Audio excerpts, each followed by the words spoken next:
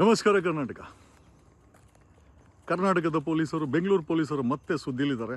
ಈ ಬಾರಿ ಪರಪ್ರಜ್ಞಾರ ಪೊಲೀಸ್ ಠಾಣೆಯ ಪೊಲೀಸರು ಒಬ್ಬ 6ನೇ ಕ್ಲಾಸ್ ಓದ್ತಾ ಇದ್ದಂಥ ಹುಡುಗನನ್ನು, ಅಂದರೆ ಒಂದು ಪುಟ್ಟ ಮೈನರ್ ಹುಡುಗನನ್ನು ಐರನ್ ಶಾಪಲ್ಲಿ ಅವ್ರ ತಂದೆ ಐರನ್ ಶಾಪ್ ನಡೆಸ್ತಾ ಇರ್ತಾರೆ. ಒಂದು ಸುಳ್ಳು ಕಳ್ತನ ಕೇಸನ್ನು ಹಾಕಿ ಅವನನ್ನು ಪೊಲೀಸ್ ಠಾಣೆ ಕರ್ಕೊಂಬಂದು ಅವನನ್ನು ಲೈಟ್ಗಳನ್ನು ಆಫ್ ಮಾಡಿ ಅವ್ರ ತಂದೆ ತಾಯಿ ಮುಂದೆ ಚೆನ್ನಾಗಿ ಬಡಿದು ಕೊನೆಗೆ ಅವನ ಹತ್ರ ಸುಳ್ಳು ಕನ್ಫೆಷನ್ ವಿಡಿಯೋನ ಮಾಡ್ಕೊಂಡು ಚಿನ್ನವನ್ನು ನಾನೇ ಕದ್ದ ಅಂತ ಮಾಡಿದಂಥ ಕೆಲಸವನ್ನು ಬೆಂಗಳೂರಿನ ಪರಪ್ರಜ್ಞಾನ ಪೊಲೀಸವರು ಮಾಡಿದ್ದಾರೆ.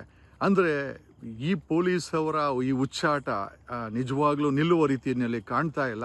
ಜನ ಚೀ ತೂ ಅಂತ ಪ್ರತಿದಿನ ಉಗಿದ್ರೂ ಸಹ ಯಾವುದೇ ರೀತಿಯ ಗೋಜಿಲ್ಲದೆ ತಮ್ಮ ಪ್ರತಿನಿತ್ಯದ ಭ್ರಷ್ಟಾಚಾರವನ್ನು, ಕಳ್ಳತನವನ್ನು, ಲೂಟಿಯನ್ನು, ದರೋಡೆಯನ್ನು ಮಾಡ್ತಿರೋ ಈ ಪೊಲೀಸರನ್ನ ಮಟ್ಟ ಹಾಕಲಿಕ್ಕೆ ಒಂದು ಹೊಸ ರಾಜಕೀಯ ವ್ಯವಸ್ಥೆನೇ ಬರಬೇಕಾಗತ್ತೆ. ಯಾಕಂದರೆ 3 ಪಕ್ಷಗಳು ಈ ಒಂದು ಭ್ರಷ್ಟ ಪೊಲೀಸರನ್ನು 224 MLAಗಳು ಇವ್ರುಗಳಿಗೆ ಸಪೋರ್ಟ್ ಮಾಡಿಲ್ಲ ಅಂತಂದರೆ ಈ ರೀತಿ ಬಾಳಲಿಕ್ಕಾಗಲ್ಲ ಅಂತ ಈ ಮೂಲಕ ಹೇಳ್ತಾ ಕರ್ನಾಟಕದ ಬೆಂಗಳೂರಿನ ಪರಪ್ರಜ್ಞಾನ ಪೊಲೀಸರು ಮತ್ತೆ ನ್ಯೂಸಲ್ಲಿದ್ದಾರೆ.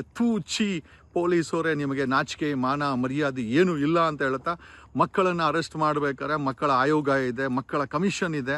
ಅವರನ್ನು ಯಾವುದೇ ಕಾರಣಕ್ಕೂ ಅರೆಸ್ಟ್ ಮಾಡಿ ಅವ್ರನ್ನ ಬಂಧಿಸುವಂಥ ಪ್ರಕ್ರಿಯೆ ಮಾಡಬೇಕಾದ್ರೂ ಕೂಡ ಅದು ಮಕ್ಕಳ ಕಮಿಷನ್ ಮಾಡಬೇಕಾಗತ್ತೆ, ಮಕ್ಕಳ ಆಯೋಗ ಮಾಡಬೇಕಾಗತ್ತೆ. ಯಾವುದೇ ಕಾರಣಕ್ಕೂ ಅವರನ್ನು ಬಂಧಿಸಬೇಕಾದ್ರೆ ಯೂನಿಫಾರ್ಮ್ ಹಾಕಂಗಿಲ್ಲ. ಇವನ್ನಲ್ಲಿ ಮಕ್ಕಳ ಕಮಿಷನ್ನಲ್ಲೂ ಸಹ ಯೂನಿಫಾರ್ಮ್ ಹಾಕದೆ ಕೆಲಸವನ್ನು ಮಾಡ್ತಾ ಇರುವಂಥ ವ್ಯವಸ್ಥೆಯನ್ನು ಮಾಡಿರುವಂಥ ವ್ಯವಸ್ಥೆಯಲ್ಲಿ ಪರಪ್ರಜ್ಞಾನ ಪೊಲೀಸರು ಒಂದು ಸುಳ್ಳು ಕೇಸಲ್ಲಿ ಒಂದು ಮಗುವನ್ನು ಸಹ ಬಿಟ್ಟಿಲ್ಲ ಅಂತಂದರೆ ಯಾವ ಮಟ್ಟಕ್ಕೆ ಈ ಒಂದು ಪೊಲೀಸರ ಭ್ರಷ್ಟಾಚಾರ ತುಂಬಿ ತುಳುಕ್ತಾ ಇದೆ. ಅದು ಬೆಂಗಳೂರಲ್ಲಂತೂ ಪೋಲಿಗಳಾಗಿದ್ದಾರೆ, ದರೋಡೆಗಳಾಗಿದ್ದಾರೆ, ಭ್ರಷ್ಟಾಚಾರದಲ್ಲಿ ಮುಳುಗಿರೋ ಪೊಲೀಸರಾಗಿದ್ದಾರೆ.